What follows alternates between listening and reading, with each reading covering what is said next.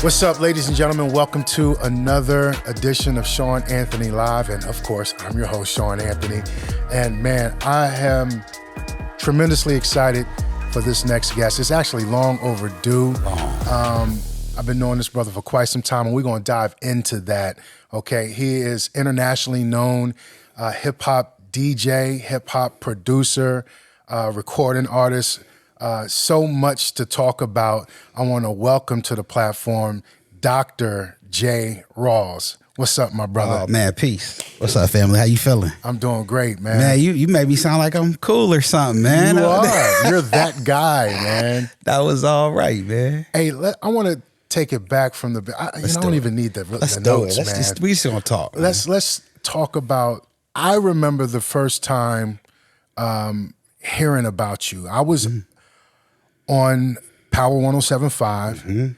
Had the night show 6 to 10 p.m. Had feature called Kiss of the Distant, and I had the opportunity of breaking not only new records but breaking music from local artists. Exactly. And one of the things that, you know, at that time I was getting flooded with CDs back in the day. A lot of them were unprofessionally wrapped, right? And I'll never forget, I got this package, and it was your CD, The Essence Of, the orange color, similar to that background, that chair you sit there. And I was like, man, who is this, right? It's packaged, it had the shrink wrap on it, it's professional. I'm like, God, I'm playing this. And this is how one of my mindset, if it's packaged, because I would always say that on the show, make sure it's mixed and mastered and clean. Give me a radio edit. Yeah. Took the shrink wrap off. I didn't care what it sounded like, whether I liked it or not. I was going to play it. Wow. And I did that with a lot of artists in Columbus, especially if it was professional. So anyway, to my surprise, not only it was professionally done, but it sounded great. Like it was dope. Good looking. That was my first recollection of your name. Wow. How do we meet? Do you remember when we met face to face? I was just about to ask you. No clue. All I know is, okay, that's how you heard my name. I heard your name by turning on the radio. I was like, dang, this dude right here, man. And I think the thing that impressed me was because my thing, okay, I'm a local artist from Columbus, right? And I never really got love at home. Right. It just didn't happen like that. So the fact that because you started the Kiss of the Distant, that was your thing. And I heard about that, turned you on, because I wasn't really listening to mainstream radio, let's be honest. You know what I'm saying? But I was like, let me see what's up. And Cats was talking about how you were actually giving cats from the city some love. And it was just on mainstream radio. And it was like, yo, this is a big deal. Because it was crazy for me, you know, that album came out in 2001. So I could go over to Europe and be signing autographs, do shows with thousands of fans and do that. And then be here at the crib and couldn't even fill up, you know, the Rumba Cafe. Right. You know what I'm saying? It was crazy to me. So that's how I remember you as being that person who was showing love to people in the city that was trying to do something. So again, I still don't remember when we met face to face, but I just remember hearing, you know, digging in and learning more about you. Got it. And learning your history and how world renowned you are when you travel overseas. Like you said, you're signing autographs and probably can't, you know, get to the restroom after a show because fans want to. You had the big group Lone Catalyst. You had the I think that the introductory record that put you on was the production that you did for Black Star. Yeah, definitely. Brown Skin Lady. Yeah, Brown Skin Most Lady. Def and Talib Kweli. Brown Skin Lady, man. You probably told this story 1,000 times. Tell it 1,001 for No my doubt. people. How did you get to do that production, Brown Skin Lady, for Most Def and Talib Kweli? That was, okay, so I went to University of Cincinnati. That's where I went to undergrad for college. And down in Cincinnati, I was on the scene doing beats, doing music, working with a lot of local cats. Mood, 5Ds, Home Skillet, Dose One, just a lot of different cats. And so I had met High Tech. Okay. And High Tech was working in the studio, and he was incredible. he was like younger than all of us, but he was way better than all of us. It was just incredible, man. And he had this cat coming from Brooklyn like almost twice a month on a Greyhound bus. And I was like, man, you must really like this cat. Y'all didn't hear me. On a Greyhound bus from Brooklyn to Cincinnati. Yeah, that's like a 24-hour trip. Man, on a Greyhound bus. Right. So he was doing that like, you know, a lot. And so when I finally met him, I saw why, because their connection was crazy. Mm-hmm. And it was incredible. So they were making incredible music at the time. And so they put out a single on Raucous Records. And Mos Def put out a single on Raucous Records. So both of their singles did really well. And it probably caught Raucous off guard. It was like, yo, these records are killing. And that was back in the days when you put out a 12-inch. Mm-hmm. We didn't put out MP3s. You put out a single, and it was a 12-inch vinyl record. And they probably sold something like 50,000 copies each of their singles. And so Raucous was like, yo, we don't really have the budget, marketing power, everything that we would like to do to put out 2 separate records, but you guys are good friends. Why don't y'all do a record together? And that's how Mos Def and Talib Kweli, or Black Star, came about. And so I just remember Kweli saying, yo, me and Mos are going to do a record, you know, give me some beats. Mm-hmm. And that's what I did. I did a cassette tape. Yes, I'm that old. A cassette tape of beats, and gave him the beats, man. And it just, from there, it was crazy just how he, you know, he called me one day with Mos in the background. He was like, yo, I think we're going to pick this beat. And Mos was like, brown skin lady, where you going? And I was like, okay. So it was their ode to, you know, women that aren't light skinned. I mean, you know, you see so many things where, you know, it's all about, when you talk about women, it's like, you know, you talk about skin color and skin tone. The fair women are always like what you see. They're at the forefront. Right. So I really, really love that they decided to do that. That was very purposeful. Mm-hmm. And they created that song. And it was actually the first song that we recorded for the whole album. Really? Yeah, we did that and Definition at the same time in LA, because Mos was on TV. He was also an actor. Right. Most people forget that, but he was acting. So he wasn't in New York. So we had to fly to LA to fit in his TV schedule. Wow. Did that change your life immediately, or was it because, you know, back then music came out a lot slower? Yes, big time. Music. The new music only came out on Tuesdays. You remember that? Yep. Came out on Tuesdays. Not really immediately. I think it really changed my life when they got placement on Rap City and a little bit of MTV, but it was more Rap City showed a lot of love. So the video was popping, and because that was the first songs that we recorded, the Definition, Mos Def was in the studio in the booth. And so he was looking at us because we were standing there looking at him, recording him. He said, you know, so high tech, say you're ruling hip hop. Say J Rawls, just you're ruling hip, because we was looking at him. So that's why he said it. So just because he said my name, I remember my dude, Matt Fingers from Guess Wild, he called up Buzz Distribution. He was like, man, you can get a deal just because of that. Right. I was like, what? That don't make, cut it out, man. I'm from Columbus, man. It don't work like that. He was like, man, listen. He called up Buzz Distribution, was like, yo, I got my man J Rawls, and the dude was like, J Rawls, that shit really, that him? That guy? It's like, yeah, he got a group called Lone Catalyst, man. They got a record. They got a 12-inch they want to put out. We had a deal like just like that. That's crazy. That's how I started putting out music, was because of that. And with that distribution, you could put out music at your leisure? Yes. Or was it structured? Yes. It was so basically we created the label. That's when me and Jay Sands created Buka Entertainment. And we created the label, and then they would distribute us. And Buds had worldwide distribution at the time. So that's how our music got over Japan, Brazil, you know, Europe. It was everywhere. Yeah. And that's when, you know, we started getting, because this is when email and internet was young. So we started getting emails, and we was like, these ain't what? Because we got one for Reykjavik, Iceland. It was like, we want you to come over and do 3 shows in Iceland. And I was like, what? Iceland got hip hop? What was your first international show? First one was, I went over with Seven Heads, was England. We did a tour in England. We did maybe 4 dates, Manchester, Leicester, something like that. I can't remember the name. London, we did a couple shows in London. That was my first time, and that was 99. What was that like, that first time? It was crazy because first of all, that plane ride, like I'm from Columbus. Yeah. I ain't been on no plane for no 5 hours. We was sitting there like, I'm still on the plane, looking at my watch like, I'm still on the plane. It was crazy, man. But when we landed over there, it was incredible.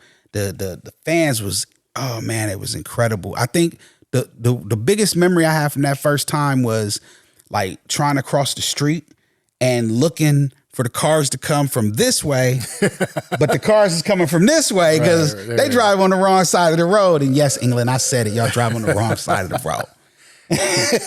So, look, I definitely want to talk a little bit about Lone Catalyst, but Buka Entertainment, you said you and Jay Sands started that label. And first of all, I can't move forward without saying my condolences to you. Thank you, and man. your Rest in family peace, DJ Buka, man. Buka, man. Really, really sad news. We tragically lost him recently. But talk about his impact and influence on the name of Buka Entertainment. Definitely. Buka was my best friend I grew up with on the south side of Columbus. I think I met him when I was 2 and he was 3. Wow. So we had been friends since then. Childhood. Yeah. We was little kid babies, you know, and so we grew up in the music industry together and like we grew up digging together. Like for me, I'm into like what we call dig culture, like digging in the crates, like looking for samples to make beats. I think it's very it's archival research, really, because I'm learning about old music. I'm learning about different times. I'm learning about so many things from those liner notes, you know, going through the crates. And so that's what Buka and we had that bond. And so fast forward to me being in college, we was still, you know, best friends, of course, but I was in Cincinnati. So on Christmas break, I came home and we had some friends that, you know, went to Whitehall and they had a friend named Jay Sands, and Jay Sands was in Buka's basement. And that's where I met him. Okay. At Buka's basement. That was my next question. How did you and Jay Sands come? So that's how we met at Buka's house. Wow. So that's why we gave him that love and we named it after him when he was away in prison. So yeah. Man, so Lone Catalyst, y'all obviously had some chemistry when y'all first met. Y'all started putting out music. Talk about the early on success of Lone Catalyst and how that took off. I mean, we was blessed, man. We had a lot of people that felt our style. We, you know, my beats were real jazzy, and so people like that. And Sands he had flow. It was crazy. So it just really worked, and we had mostly that overseas fan base. It was a big overseas fan base. When did you start to branch out to putting out your own solo projects? Was it the Essence Of, or was something? The Essence Of was the very first one. Okay. And what happened was I had, you know how you see somebody like a rapper, like a J Live or whoever that I'm meeting, and I'm meeting some dude. I'm like, yo, we should work.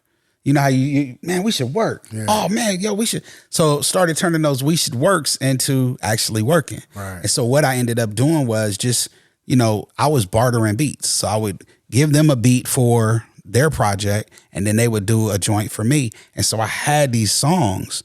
I was like, what do I do with them? Well, let's do a producer's album.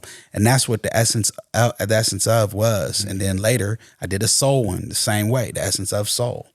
You have really like captured that that element of putting out projects, that collaborative, you know, thing, because each of your projects seem like they are more collaborations, man. Yeah. How is that? Has that been helpful for you? Has that opened you up to other markets? It has. It definitely has. I mean, you know, dealing with the Mahogany Soul with Alonzo and Wally back in the day. That's how I ended up meeting Eric Roberson and the whole like that soul movement. Yeah. And that all came about, and I was like, yo, we should do work. We should do work. Same way I did the Essence Of the hip hop. And it was just me working with artists, and I love collaborating. For me, it's like, that's what I kind of feed off of. Like, and I really haven't stopped. That's why, you know, you see a J Rawls and P Black album. You see a J Rawls and Nova album. And right now, currently, I'm working with Dom Deshawn and Joey H. You know, I'm still Who collaborating. are those people? They're new, they new up and coming hip hop artists, rappers from Columbus. Okay. It's kind of the new generation. I always try to dip my toe into the new generation, these new young boys coming. And I mean, I call them young boys, but they might be in their 20s, but that's young. Right.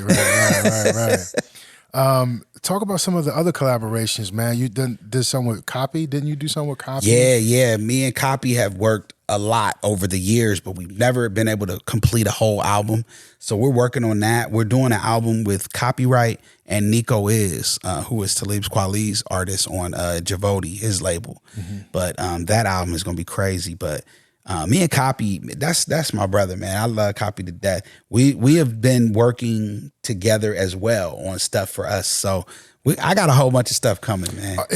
Are there any artists out there that, you know, maybe mainstream that you have aspirations of collaborating with? The one I really want to work with is Common. I've been a big Common fan forever. I've met him a couple times hanging out with Kweli and High Tech and all these guys, but never really had a chance to sit and build with him. But you know, I'm gonna get him one day. He's gonna be like, yeah, let's work. I'll be like, yeah, I'm ready. Yeah. You know, let's before we get into the education piece. I notice now, you know, since I've been back in Columbus, you're DJing a lot more. Maybe you were doing it a lot back then and I just wasn't aware of it. Man. But you're out, I see you, you know, your parties, Salve, which is really taking off. You did it in New York. Yeah.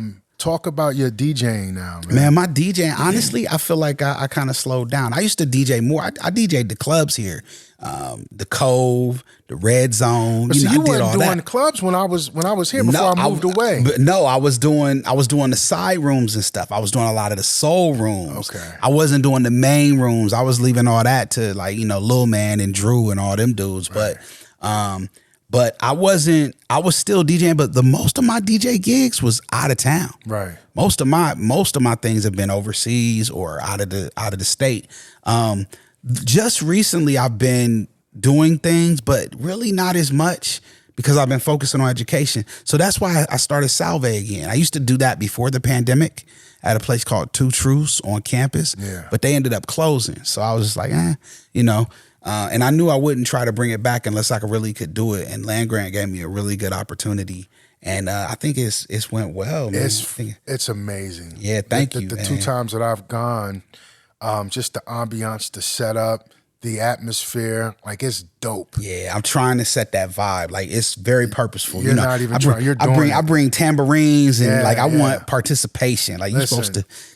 So it's on pause right now because of the season. Because I like it outdoor. It's an outdoor kind of feel.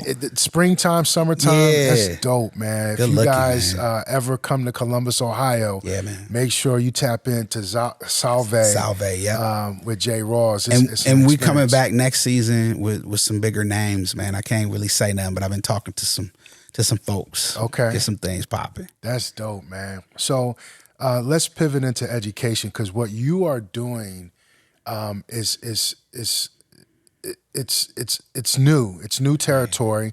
You're making history. Trying. No, you're doing it, brother. I'm trying. I still got some work. I got a long way to go, fam. Talk about why you chose to incorporate hip hop and education, and we're gonna get into the albums that you and JR, the book and the album that you and JR did. Indeed. But what was that ignited that? Well, I gotta give you the story, man. I started out when I graduated from the University of Cincinnati was with a business degree, so my whole thing was going to be to be a computer programmer. You know, I was gonna make that money, right? Get that dough, right? And I started doing that. And I hated it. I hated it, boy. I couldn't stand, man, listen. And so my cousin was like, yo, you should be a teacher. And I was like, who? Like, who should be a teacher? Dealing with these little birds. Right. And so, man, I was like, I hated it so much, I tried it. Mm-hmm. Fell in love, man. My first day of teaching was it didn't capture me. That first week, you know, as a teacher, you're supposed to make a call home, check in, you know, let the parents, blah, blah, blah.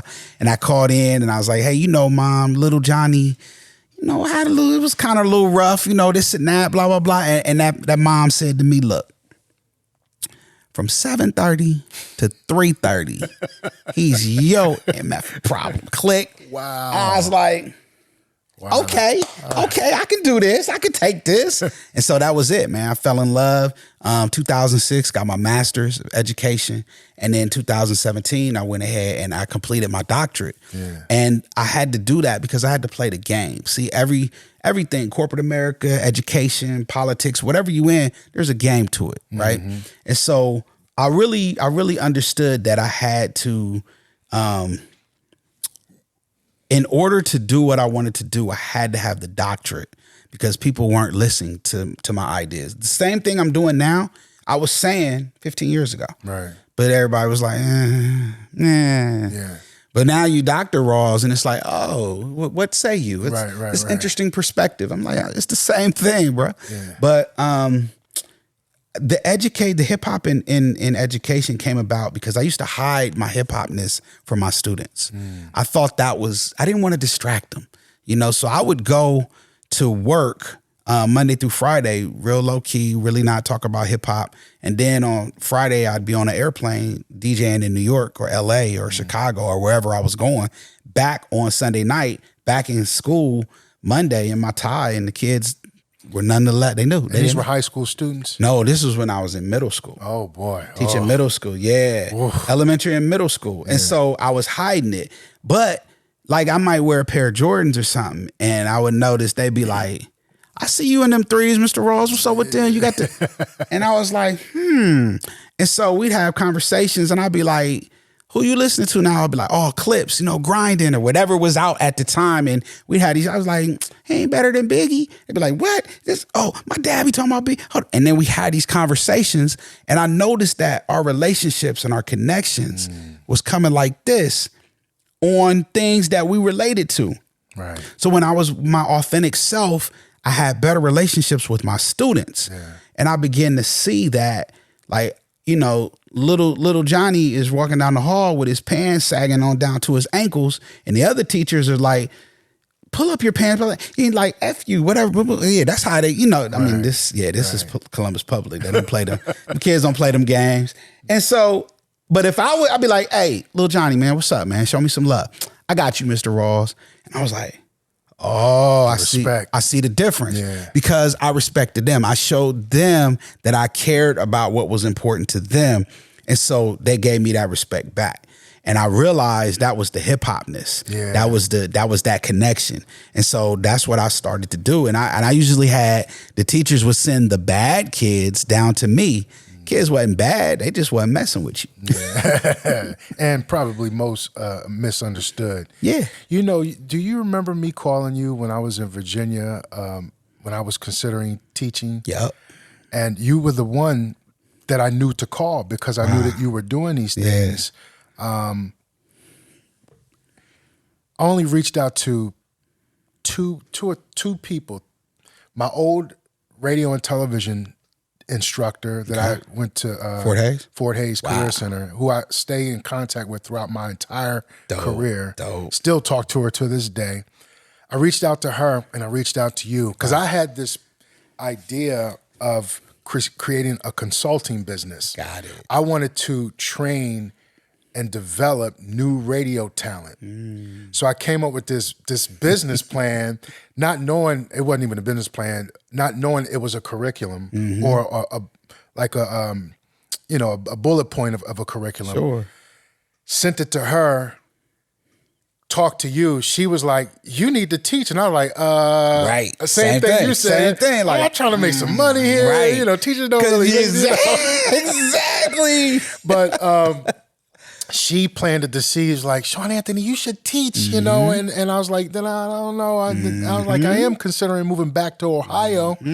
And she threw some suggestions. Then when I called you, you threw out some suggestions, about Columbus State and adjunct professor and this, that, and the third. And looking what you have done since then up until now, man, it's really amazing because you were at before you got to Ohio State, what was the other university? Ohio University. And you started incorporating hip hop into Correct. that. Correct. Talk about that. So what I did was I created the first ever hip hop based education program in a college of education. That doesn't exist. Nationwide. It doesn't exist. What year was that? That was 2019. Wow. That I started doing that for them. When I left Columbus City Schools, I was at Columbus City for 15 years. You know, I taught. I was in the trenches. Right. That's the thing. Taught at East High School. Okay. Taught at Marion Franklin. Taught at Sherwood Middle School. Taught at Linden. So I know, like, when I'm talking about these kids, I get it. Mm-hmm. I've been, you know, in the trenches, but that's what prepared me to understand, like, we got to change how we look at education. And so that's what I've been writing about, and that's my scholarship, and that's what I've been, you know, pushing. That's amazing. So tell me the goal that you were trying to reach, which you have now since obtained with Ohio State. What was the main thing that you were trying to accomplish? I had two goals. The first goal was to create a hip hop based education program at a college. Did that at Ohio University. The next goal was to bring hip hop studies to a school of music. No school of music in the country really has a hip hop studies program. Like, you could say, I'm going to do jazz studies. I'm going to do African American studies. I'm going to do, you know, political study, whatever you're going to do. But nobody says I'm going to do hip hop studies. Mm-hmm. Why? Why not? You know what I'm saying? Mm-hmm. And I've always thought of that. For the last 15 years, I've had plans. So I've been writing classes and curriculum, and I would take it to different universities, and they would all look at me like I had three heads and be like, nah, man, I don't know what you're talking. That ain't going to work. So Ohio State saw what I was doing with the program. I was a lecturer for the last 3 years. I've been a lecturer at Ohio State, where I was teaching the art and politics of hip hop. And that class, the very first time I taught it, I had maybe 15 students. Mm-hmm. You came, how many did I have? When you came, you was a talk. It wasn't a lot, right? About it was 20, about a handful, about 20. 25, right? Yeah, because it was like a big, we did the circle. It was a big circle. We did the circle. Yeah. And so it started to grow. The word of mouth with the students was like, yo, they're teaching about something we actually want to learn. Right. And it was just like, it was that. And so students were really into it. And now it's grown to the point where I have a wait list every semester. That's amazing. That's right. And Ohio State seen something in that. They seen something in that, and they've had a change in leadership that understands the value of hip hop. And he definitely wanted to give it a shot. So this was my opportunity. So I'm at The Ohio State University. I'm in Department of African American and African Studies and School of Music. So I've got a joint appointment, and I'm an assistant professor of hip hop. How dope is that? What Crazy. You are doing, J Rawls, is unprecedented, man. Trying, bro. And you're laying out a blueprint. What's the long-term goal with this education piece? I mean, obviously Definitely. You're putting out music. Yep. You know, a book with JR. Y'all did two Yep. projects, right? Yep. But before you get to that, what's the long-term goal as a professor at Ohio State? Long-term goal is to create this hip hop studies program, and then have other universities see what we're doing and try to, you know, replicate, maybe either come to us or figure out ways, because there's tons of professors, right? The thing that gives me credibility is that I have credits on hip hop songs, like real hip hop industry credits. You know, Beastie Boys, you know, Pete Rock, Kweli, most of whatever, right? I got that. And then I've got a doctorate. So like I'm in both worlds for real. Right. Like there's no, like, you know, when you have a professor that's teaching about something but they don't really do it. Right. I do it. Right. Right. And so long-term goal for me is to spread that to other universities. I really want to be able to make a hip hop studies program in a university as common as jazz studies. That's dope, man. And you know, it's funny you say, because like, you know, being a program director now at the Ohio Media School. That's big. Students come up to me like, Mr. Anthony, I heard you on the radio. I'm like, yeah, I do this in real life, son. I do this, right? So that credibility, man. It adds credibility, important. but the level of respect, it's there. Right. Because they look at you like, okay, he's not just some guy in the office, you know. He's actually, it means so much more. Understands the culture. You're a practitioner. Okay. And that's what sets you apart from the other people in Ohio Media School who either used to do it and don't do it anymore, or who are just theorists and they teach it, but I don't really do that. You know, I teach it, but I don't really do it. Talk about the collaboration with you and JR with the book and the album. Yes. John Robinson is my brother. We did, our first album was 2009, and it was called The 1960s Jazz Revolution Again. And what we did was we created an album because we're both teachers. And he was a teacher, I was a teacher at the time. And so we created an album that really taught about the history of jazz and just different things. Talking about Miles, Train, Lee Morgan, all kinds of different stuff. And that was what that was. And so when it came time to do a second album, we was like, man, what are we going to do? What are we going to do? And so what we ended up doing was we were also writing a book. And so we said, yo, the book should go with the album. So each chapter of the book is a song title on the album. So each chapter of the book really breaks down each song. And it's the book is for teachers. It's called Youth Culture Power. And it gives teachers ways of how to use culturally relevant pedagogy or hip hop based education, how to use that in the classroom, and not really like things like superficial things. It teaches them how, like, just different ways to listen to their students. We got a song called Listen with an Open Ear, right? Classroom chatter.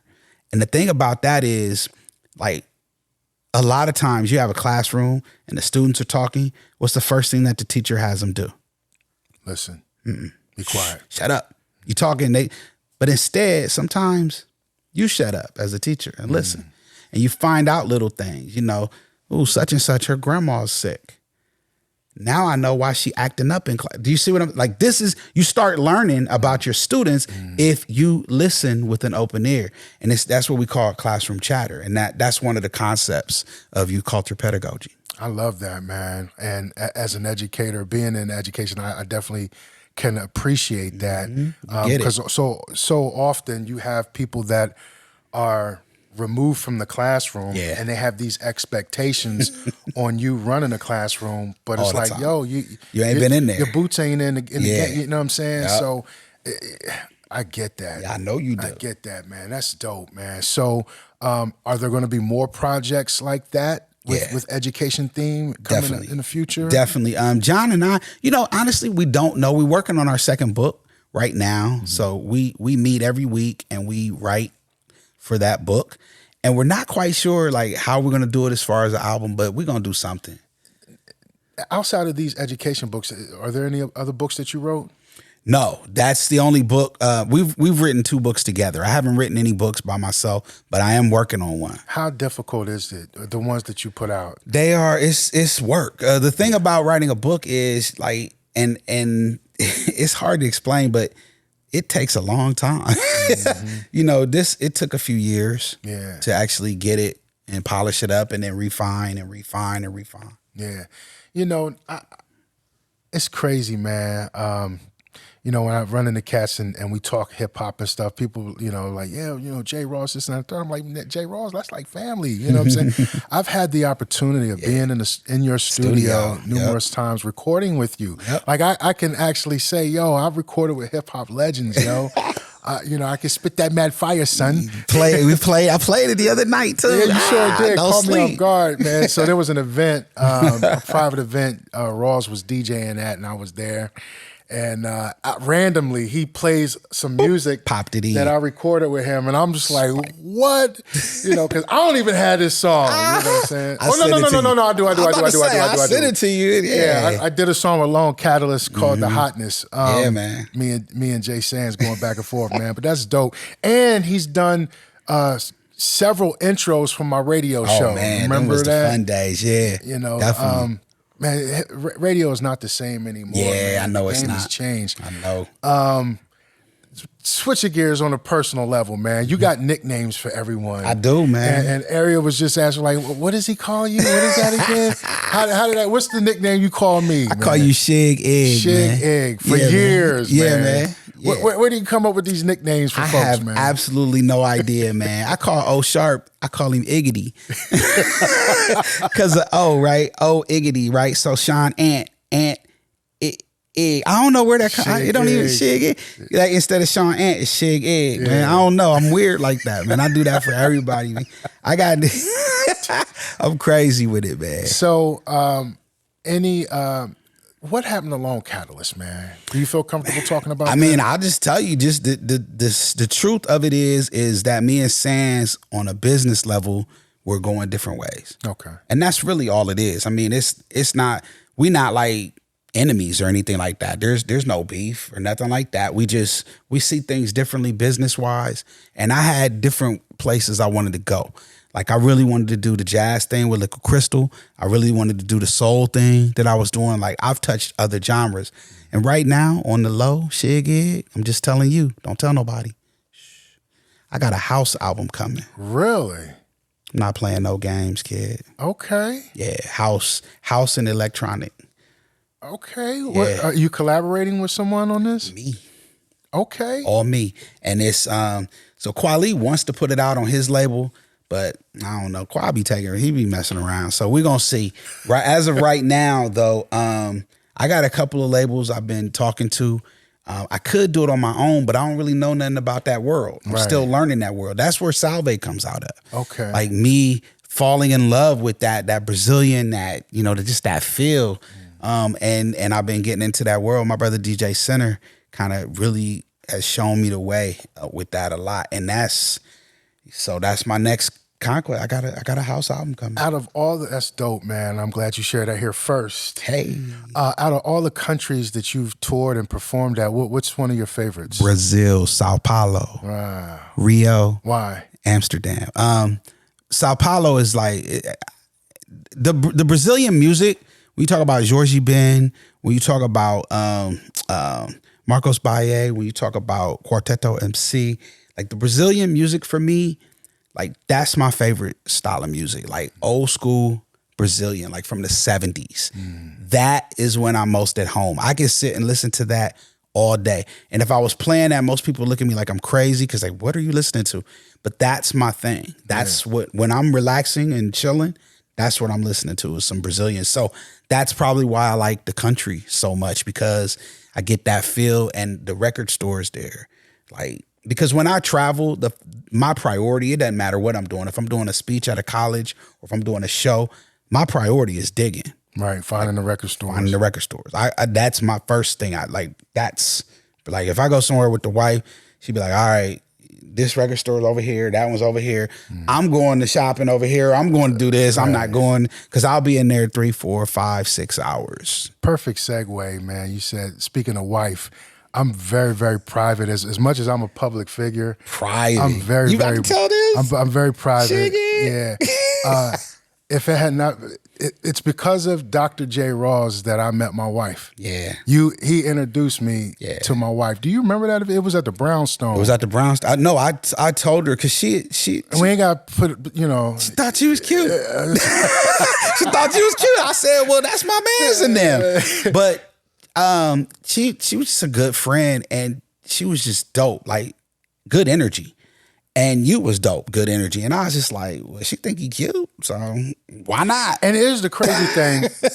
At this particular moment, I was doing a lot of speaking. And he was hitting me up like, yo, Shig Egg, you got to come check out the Brownstone. And at that time, I had an apartment downtown. Oh, I didn't know that. Yeah, I had moved from Far East, and I was living downtown.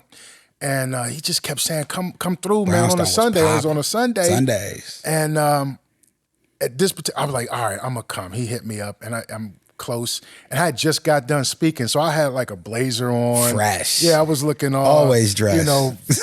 You know, like a politician or whatever, but a cool one. Anyway, I come in, man, and it's right up in front, you know, Rawls is on the stage, this little stage, you know, I think they had spoken word poetry. And it was this table, just some beautiful women right there. It was just all of them would fly. Yep. I'm like, who's that? Yeah. Introduce me. Every Sunday, they was all fly. We was like, what is this? Yeah. And then you made the introduction, and we sat and talked, man. Fast forward, we were friends for years. Dope. And then we get married, and guess who's the DJ of the wedding? Let's go. Let's go. J Rawls, That man. was love. Yeah, listen, man, I can talk to you for hours, man. do. But I know you got an appointment, man. But we appreciate you, you know, for all that you're doing for the culture. Thank you. And always representing Columbus, Ohio, even internationally, Always. nationally. Always. Man, keep doing your thing. And I just want to tell you to your face, I love you, brother. Love you too, family. I appreciate you. Let me say this real quick. Yeah. First of all, what you're doing at Ohio Media School, that's big boy. And I'm proud of you. And I want you to keep going because this is how we grow the culture. Yeah. Right? We're attacking it from all different angles. Yes, sir. And that's how it grows. And everybody that's doing that, I need y'all to keep doing that. Keep pushing. Keep pushing this culture. Let's go. Don't have to make me, don't ever me, don't have to make me, don't ever me, don't have to make me, don't ever me. Yeah, man.